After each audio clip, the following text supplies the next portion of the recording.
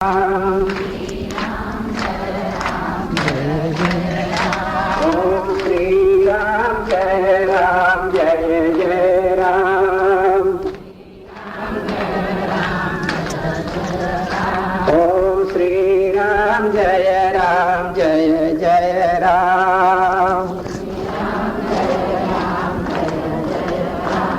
ओम श्री राम जय जय राम।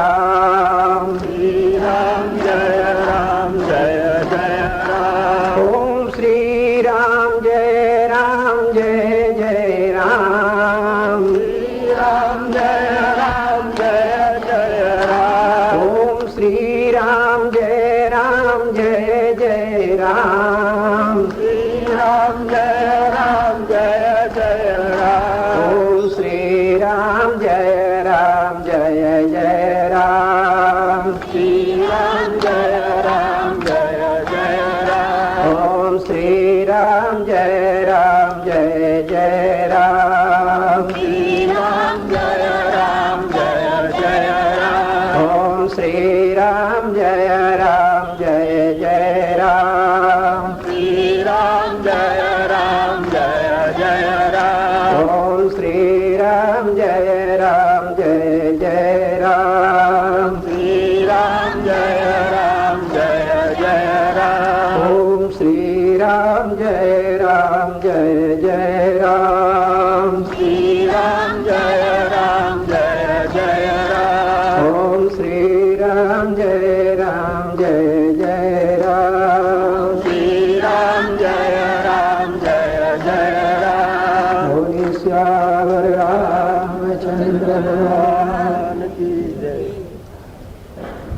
उपस्थित सज्जनों, माताएं, बहनों, અત્રે આપણે સૌની ભેગા થવાની લક્ષ્ય શું છે? આપણે સૌ અત્યારે સત્સંગ માટે ભેગા થયા છીએ. સત્સંગના વિષયમાં, સંતોના વિષયમાં હું તમે કાલે થોડીક કંઈક માર્ગદર્શન આપો. સત્સંગની ફળ શું છે? સત્સંગની ફળ છે ભગવત પ્રાપ્તિ. સંતોની કૃપાથી, સંતોની માર્ગદર્શનથી, ગુરુજનોની આશીર્વાદથી આપણે ભગવાનની સાનિધ્યમાં પહોંચી શકીએ. તજ્ઞાત્વા સમિત પાણીમ શ્રોત્રિયમ બ્રહ્મનિષ્ઠમ ગુરુમ અવિગચ્છે. ઈશ્વરને જાણવા માટે, પરમાત્માની પ્રાપ્તિ કરવા માટે હાથમાં સંવિધા લઈ, મનને નિર્મલ કરી અને શુદ્ધ વિચાર રૂપી ભાતું લઈ આપને ગુરુના શરણમાં જઈએ. અને ઉપદેશ્યંતિ તે જ્ઞાનમ જ્ઞાનિનસ તત્વદર્શી. એવા તત્વદર્શી ગુરુને પાસે જયારે જાય અને એના પાસે નમસ્કાર કરે, એના પાસે સુંદર ભગવાનની ચર્ચા કરે, એની પાસે ભગવાનને જાણવા માટે પ્રશ્ન કરીએ તો ઉપદેશ્યંતિ તે જ્ઞાનમ જ્ઞાનિનસ તત્વદર્શી. એવા પરમાત્માને માર્ગ તો હશો તમે, એવા સુંદર ગુરુએ જ હશો બતાવશો.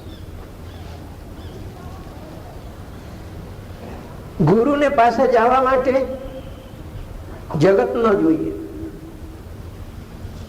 ગુરુ કોઈ ટાઈમ કીધા છે, ગુરુ 3 પ્રકારને હોય છે. ગુરુ આજથી અંત તલક ગુરુની આપણે જરૂર પડે છે. જન્મતા ટાણે જ આપણી માં ગુરુ હોય છે. કાંઈ આપણે જાણતા ન હોઈએ, આપણે બોલવાનું આવડતા હોય, આપણે ચાલવાનું આવડતા હોય, મને આપણે હલવા ડોલવાની પણ શક્તિ ન હોય, ત્યારે માએ આપણી પ્રભુ પ્રકારથી શુદ્ધ કરી, સાફ કરી, પોતાના ધાવન આપી અને બોલવાને શીખાડે છે, ચાલવાની શીખાડે છે ભણવાનું શીખાડે છે એટલે પ્રથમ ગુરુ માં કહે. અને માં જ જો ઓળખાણ કરાવે છે કે આ તારો પપ્પા છે, આ તારો દાદા છે, આને તારો બા છે, ને ફલાના છે, સિગાના છે, બધી ના ઓળખાણ માએ કરાવે છે. પછી 5 વર્ષની અવસ્થા પછી માની ફરજ પૂરું થઈ જાય છે અને એના કાર્ય બાપ ઉપાડી લે છે. પિતાની કાર્ય છે બાળકને ભણાવવાની, બાળકને શિક્ષા દેવાની, બાળકને જીવન સુધારવાની, એના સાધનથી, તાળનથી, પ્રેમથી જેમ બને તેમ બાળકને સન્માર્ગે લાવવા માટે પ્રયત્ન કરે. અને ત્યાર પછી આપણે શિક્ષા પ્રાપ્ત કરવા માટે ગુરુ પાસે જઈએ છીએ. ગુરુ કર્મ ગુરુ હોય છે,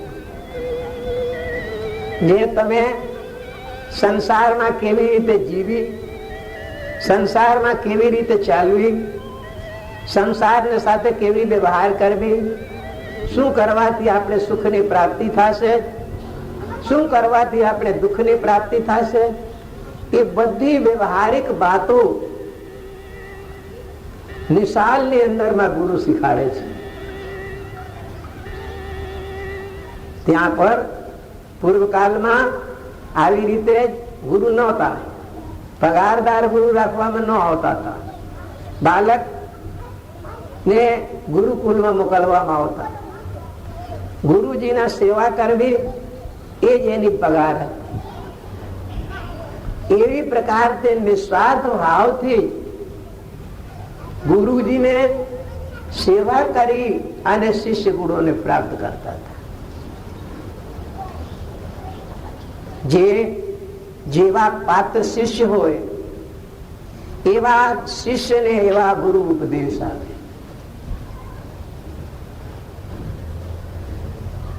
પ્રત્યેકને કાર્ય જીવનને કેવી રીતે ચાલે, આ કેવા પાત્ર છે, કેવા યોગ્યતા છે એના અંદરમાં, એવી રાસ્તો ગુરુ એના પાત્ર જોઈને આપે. અને એ શિક્ષા લઈને આપણે ગૃહસ્થાશ્રમમાં આવે, ગૃહસ્થાશ્રમમાં પ્રવેશ કરીએ છીએ. ગૃહસ્થાશ્રમમાં આવી આપણે ઉદ્યમશીલ બનીએ છીએ. ગુરુને આશ્રમની અંદરમાં જે શિક્ષા પ્રાપ્ત કરા હોઈએ એ જ શિક્ષા ને અનુકૂળ આપણે ગૃહસ્થને જીવન માણીએ છીએ. સુંદર પોતાના યોગ્ય પત્નીને પ્રાપ્ત કરી ગૃહસ્થાશ્રમમાં પ્રવેશ કરી ગૃહસ્થને ધર્મ જે આચાર્ય બતાયા હોય એ ધર્મને પાલન કરીએ છીએ. બ્રાહ્મણને હોય તો બ્રાહ્મણને વેદાધ્યયન કરવી, ભિક્ષા ઇત્યાદિ પણ કરી શકે. આપણે પાસ ન હોય તો ભજ છોડ કરાવવાને ભણાવવાની કાર્ય ઇત્યાદિ કર્મકાંડ કરાવવાની કાર્ય, ક્ષત્રિયો હોય તેના મૃગયા ઇત્યાદિ કરવાની અને બીજાને ઉપર સૌની રક્ષા કરવાની ઇત્યાદિ ઇત્યાદિ કાર્ય, સેનામાં ભરતી થવાની, સૈનિક બનવાની, બલવાન બનવાની ઇત્યાદિ. એવી પ્રકારથી વૈશ્ય હોય તેના કિરકી વ્યાપાર ધન ઇત્યાદિના ધંધાઓ શીખવાડવામાં આવે, શુદ્ધ હોય એના સેવા ઇત્યાદિ કરવામાં આવે. આ બધી વર્ણાશ્રમો નિયમ આપણે આચાર્યની પાસેથી જે પ્રાપ્ત કરીને આવીને પાલન કરીએ. આને આવી રીતે પછી બાણપ્રસ્થમાં આપણે પ્રવેશ કરીએ ત્યારે પત્નીને સાથે રહીને તપ કરવાની, ભજન કરવાની એવી નિયમો. આ બધી નિયમને પાલન કરી આપણે છેલ્લે પરમાત્મા પાસે પહોંચીએ છીએ. વાણપ્રસ્થમાં રહીને તપ કરી સંન્યાસ ગ્રહણ કરી અને પરમાત્માને ગોતવા જાય. આવી પ્રકાર ગુરુની પરંપરા એ કર્મ ગુરુ અને પછી બાણપ્રસ્થમાં આવ્યા પછી ધર્મ ગુરુને જરૂર પડે છે અને પછી જ્ઞાન ગુરુને જરૂર પડે છે. જ્ઞાન ગુરુને પાસે જ પરમાત્માને પાસે આપણે કેવી રીતે મિલન થાય, સંસારની બંધન આપણે કેવી રીતે તોડીએ અને પરમાત્માની સાથે કેવી રીતે મળીએ, એ પ્રાપ્ત કરવા માટે જ્ઞાન ગુરુને પાસે જવા પડે છે. પરમાત્મા એટલે શું? આપણે બધા ઈશ્વરને ગોતવાની કરીએ છીએ, પરંતુ પરમાત્મા કહે છે हमको कहां तो ढूंढे बंदा मैं तो तेरे पास हूं. તું મને ક્યાં ગોતવા જાય છે? હું તારે પાસમાં છું. ભગવાન કેવા છે? ભગવાનને ક્યાં ગોતવી છે? એને તુલસીદાસજી મહારાજ ભગવાન શંકરજીના મોઢાથી કવરાયા છે. बिनु पद चलय सुनय बिनु काना, कर बिनु कर्म करे विधि नाना, आनन रहित सकल रस भोगी, बिनु वाणी भक्तात्मर जोगी, तन बिनु परस नयन बिनु देखा, ग्रह घ्राण बिनु भाषय शेषा. ઈશ્વર આપણે પગથી ચાલીએ છીએ, પણ પરમાત્મા વગર પગની ચાલે છે. આપણે પગથી ચાલે છે. આપણે હાથથી કર્મ કરીએ છીએ, પણ પરમાત્મા વગર હાથે કર્મ કરે છે. આપણે નાકથી સૂંઘીએ છીએ, પરંતુ પરમાત્મા વગર નાકને સૂંઘે છે. આપણે મોઢાથી ખાઈએ છીએ, પરંતુ પરમાત્મા વગર મોઢાને બધી રસને ગ્રહણ કરે છે. આપણે કાનથી સાંભળીએ છીએ, પરંતુ પરમાત્મા વગર કાનને ચીટીને અંદરમાં પણ નુપુર ગાયતા હોય એને પણ સાંભળે છે. આવી પ્રકારની અલૌકિક પરમાત્મા છે. અપાણી પાદૌ જવનૌ ગૃહીત્વા પશ્યત્ય ચક્ષુષ શૃણત્ય કર્ણમ સગત્ય વેદ્યમ ન તસ્યાસ્તિ વિદ્યા તમાહુરગ્યમ પુરુષમ મહાન. એ બગર પાણીને ચાલે છે, બગર પગને ચાલે છે, બગર હાથને ખાય છે, બગર નાકને સૂંઘે છે, અને બગર મોઢે જો હે સો ખાય છે, બગર આંખે ધોવે છે. એવા જો હે સો અલૌકિક કર્મ કરવા વાળો પરમાત્મા છે. કેવી રીતે? આ બધી આવા પરમાત્માને સ્વરૂપ છે. આવા પરમાત્માને આપણે પ્રાપ્ત કરવાની માટે ઈચ્છા રાખીએ છીએ. કેવી રીતે એને પ્રાપ્ત કરી શકીએ આપણે? એના કઈ સ્વરૂપ જ નથી, એના કઈ રૂપ જ નથી. એને ક્યાં પકડશો તમે? કહે છે કે જેહી મિગાવહી વેદ બુધ જાય ધરહી મુનિ ધ્યાન, સોઈ દશરથ સુત ભક્ત હિત કૌશલપતિ ભગવાન. આવી સ્વરૂપ વાળો જે પરમાત્મા છે એને પણ ભક્ત પોતાના ભક્તિના બલને દ્વારા, પોતાના સાધનાની બલને દ્વારા, પોતાના પ્રેમની બંધનમાં બાંધી અને એવી પરમાત્માને પણ પ્રગટ કરી દેવે છે. એ પણ જાય છો ભગવાન એવા પરમાત્મા પણ તમારા ઘરે આવીને છોકરા બનીને રમે છે, તમારો માર ખાય છે, તમારો સેવા કરે છે, તમારો નોકરી કરે છે, તમારો ઘર છાવે છે, હે તમારો પગ દબાવે છે. તો આવી જ વહેશો કેવી રીતે? ભક્ત હિત, ભક્તિના બસમાં થઈ. એવા પરમાત્માને પ્રગટ કરવા માટે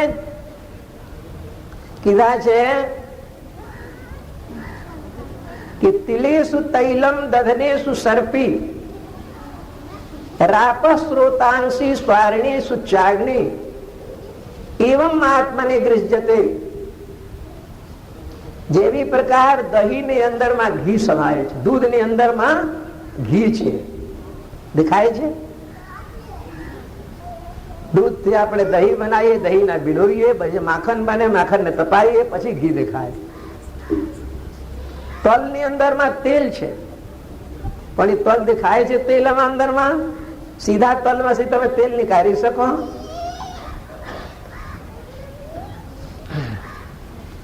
જેવી પ્રકાર જમીનની અંદરમાં પાણી છે, પણ પાણી આપણે જોતા નથી. એવી પ્રકાર પરમાત્માને પ્રાપ્તિ કરવા જો આપણે અંદરમાં छिपाવેલ છે. अणु अणु और परमाणु में देखे रूप तुम्हारा, सर्व समर्पण हुए आप में रहे नंसा हमारा. अणु अणु ने अंदर में परमात्मा ए कीड़ी थी लईना कुंजर सुधी बधानी अंदर में ते विराजित छे, परंतु એને આપણે જોઈ શકતા નથી, આપણે એને મળી શકતા નથી. કારણ કે આપણી દૃષ્ટિ નથી, આપણી નજર નથી એવી, આપણી બુદ્ધિ એવી નથી, આપણી એવી વિચાર નથી, એટલે આપણે જોઈ શકતા નથી. એટલે કીધા છે કે સ્વદેહમ મરણિમ કૃત્વા પ્રણવચ્યોત્તરારણિમ ધ્યાન નિર્મથનાધ્યાસાત પશ્યે દેવમ નિગૂઢ. આપણી શરીરને અરણી બનાવો, પ્રણવની મંત્રને જો આપણી ગુરુ મંત્ર જો છે એના ઉત્તરારણી બનાવો, અને ધ્યાનની દ્વારા ધ્યાન રૂપી મથાનીને લઈ એ પરમાત્માને તમે પ્રાપ્ત કરો. જેવી રીતે દહીંમાંથી તમે ઘી નીકાળી લો છો, એવી રીતે સર્વવ્યાપ્ત આત્માને જો હે તો તમે સાકાર કરી શકો છો.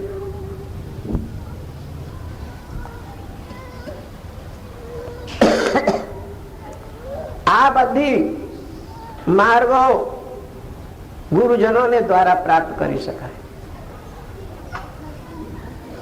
આપ સૌ આજે રામાયણ ની અંદર માં વાંચ્યા, રામચરિત્ર માનસ ની પ્રસંગમાં આયા છે. મનુ મહારાજ ના પ્રસંગ, પરમાત્માને કેવી રીતે પ્રાપ્ત કરવી એ રીતિ તેમાં બતાવવામાં આવ્યા છે.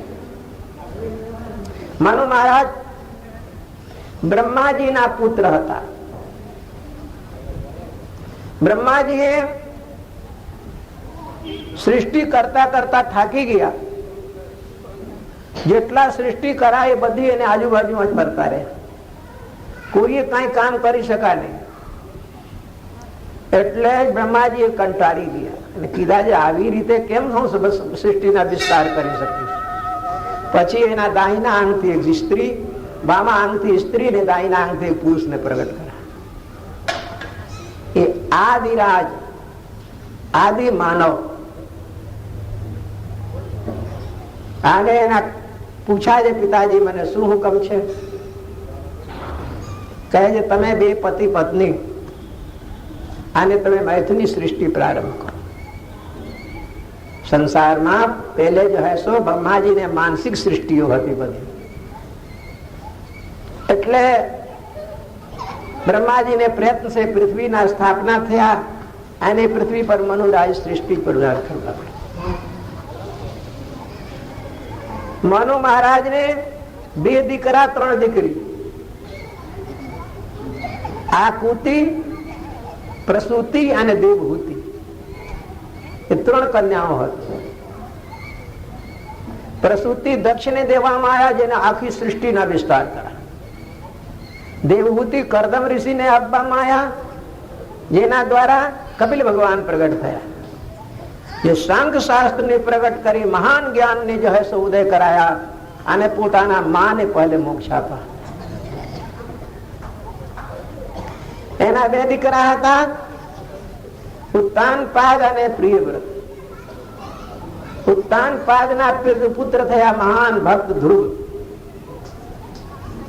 એ નાની અવસ્થામાં 6 મહિના સાધના કરી અને ભગવાનને પ્રાપ્ત કરી.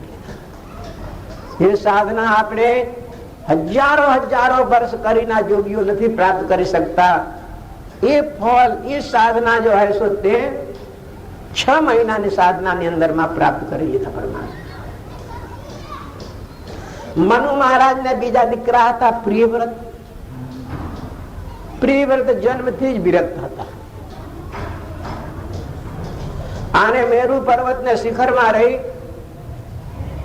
નારદજી થી જોગ જ્ઞાન શીખી રહ્યા હતા. મનુ મહારાજે ઘણા ટાઈમ તક રાજ કરતા કરતા કંટાળી ગયા. માનસ સુખ થી પણ કંટાળી જાય છે. અતિ સુખ આવે જાય તો પણ કંટાળી જાય. બંબઈ ઇત્યાદિ ને બંગલાઓમાં રહેવા વાળાને વિચાર થાય છે થોડા દેર જંગલમાં જઈને રહો. જંગલમાં રહેવા વાળાને વિચાર થાય કે થોડા દેર બંબઈમાં જાकर સહેર કરો. આ જીવને સ્વભાવ છે. એટલે અતિ સુખની અંદર પણ મનુષ્ય કંટાળી જાય છે. મનુ મહારાજ દીર્ઘ કાળ સુધી રાજ કર્યા. એટલે સ્વયંભુ મન્વંતર કહેવાય. પ્રથમ મનુ મહારાજે જે ગ્રંથને લીખા છે એના નામ મનુસ્મૃતિ કહેવાય છે. અને આપણે જેટલા જીવનને ચર્ચાઓ છે, જેટલા જીવનને ધર્મ છે, એ બધી ધર્મ મનુસ્મૃતિની અંદર માંથી નીકળી છે. તે મનુ મહારાજે વિચાર કર્યા કે હવે આટલા દિવસ મને રાજ કરતા કરતા થઈ ગયા, કોઈ દિવસ પરમાત્માને પાસે જવાની હું વિચાર ન કરું. મારો જીવન આખું નકામી થઈ ગયું. હવે અમારે આ બધી છોડી ના જોઈએ શું? જઈના વનમાં ભજન કરીને પરમાત્માને પ્રાપ્તિ કરવી જ જોઈએ. પરંતુ માનવ પોતાના ફરજ છોડી જાય તે ભગવાનને દરબારમાં ગુનો ગણાય.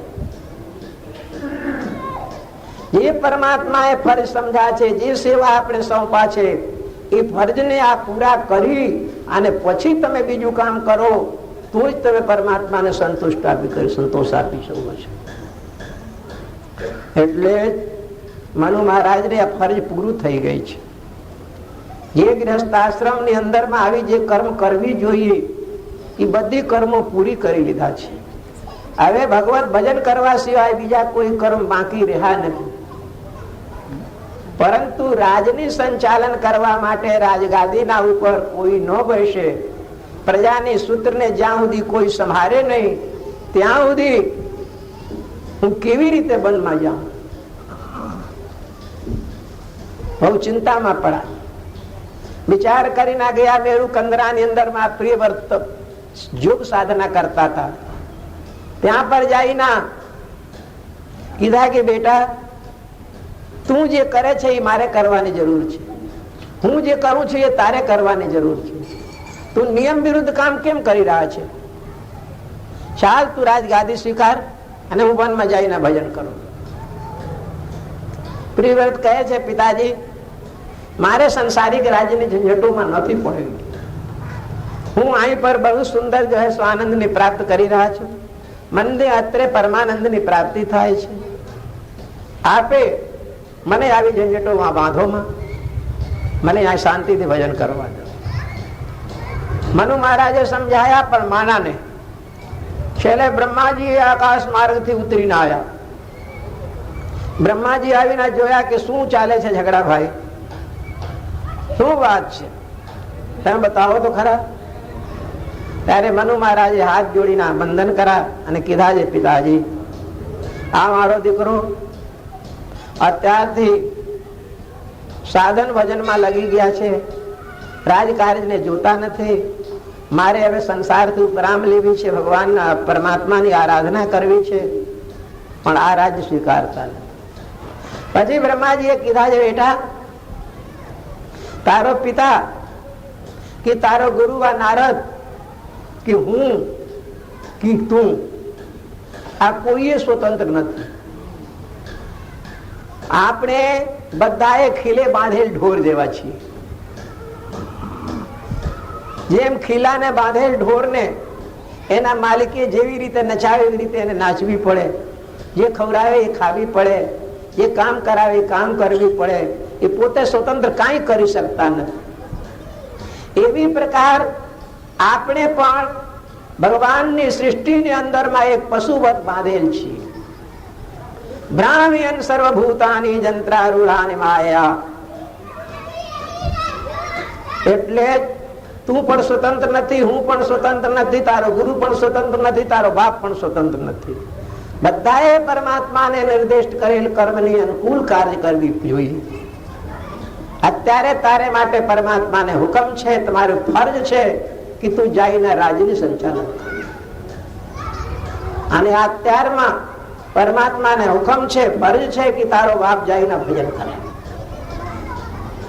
એટલે આ નિયમને તારે પાલન કરવી પડશે અને આ નિયમ પ્રમાણે તારે ચાલવી પડશે.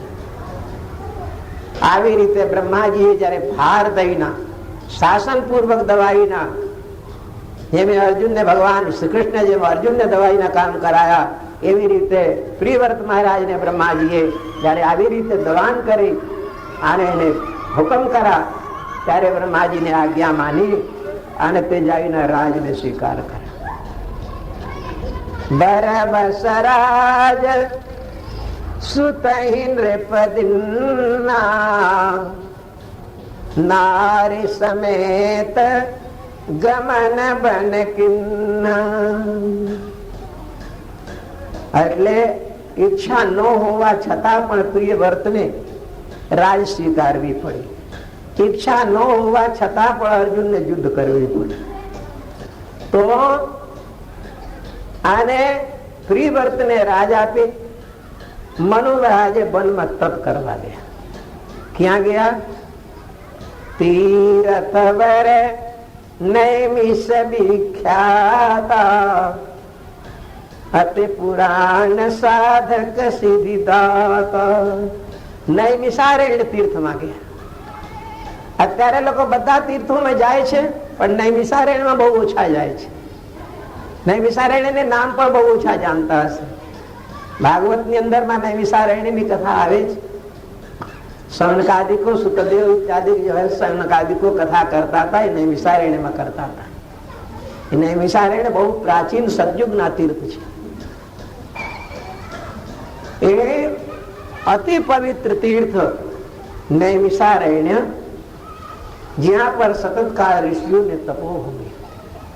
ગોમતીના તટ પર નૈમિષારણ્ય ક્ષેત્ર છે.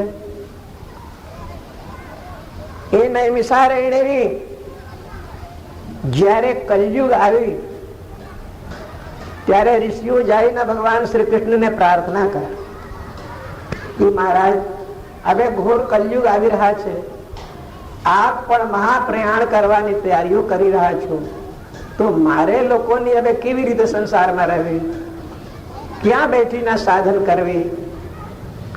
ત્યારે ભગવાન ચક્રના હુકમ કરા કે આ મારો ચક્ર તમારો સાથે જાય છે, અને આ ચક્ર જ્યાં પર પડે ત્યાં રહીને તમે લોકો સાધન કરો. એટલે ચક્રની પાછળ પાછળ ઋષિઓ ત્યાંથી ચલાશે. એને નૈમિષારણ્યમાં જયારે આવ્યા ત્યાં ચક્ર સ્થિર થઈ ગયું છે. આજે પણ ચક્ર કુંડ છે, ચક્ર તીર્થ ત્યાં માના જાય છે. બહુ પવિત્ર જગ્યા છે. તે ચક્ર તીર્થમાં લોકો સ્નાન કરે છે. અને ધેનુમતી ગોમતી નદી ત્યાં વહે છે. ત્યાં પર જો હે ઋષિઓ રહીને તપસ્યા કરવા મળ્યા, સત્સંગ કરવા મળ્યા, ભજન કરવા મળ્યા અને જ્ઞાન સત્ય મેળવવા મળ્યા. એવા તીર્થ નૈમિષારણ્ય છે, સર્વ સિદ્ધિઓને દેવા. મનુ મહારાજે નૈમિષારણ્યમાં ગયા. ઋષિઓને ખબર પડા રાજર્ષિ મનુ મહારાજે ગૃહસ્થાશ્રમની પરિત્યાગ કરી વિરક્ત જીવન વિતાવવા માટે નૈમિષારણ્યમાં આવ્યા છે. બધા ઋષિઓ પોતપોતાના આશ્રમથી ઉઠી આવીને મહારાજાને સ્વાગત કરાય, સ્વાગત સત્કાર કરીને પોતાના આશ્રમમાં નિવાસ આપવા. અને જહાં જહાં તીરથ રહે ઉસહાય સકલ મુનિ સાદર કરવાય.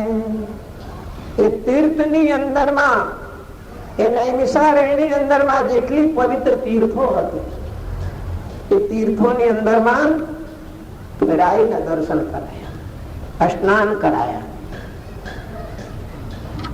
તીર્થમાં જવાનો નિયમ શું છે?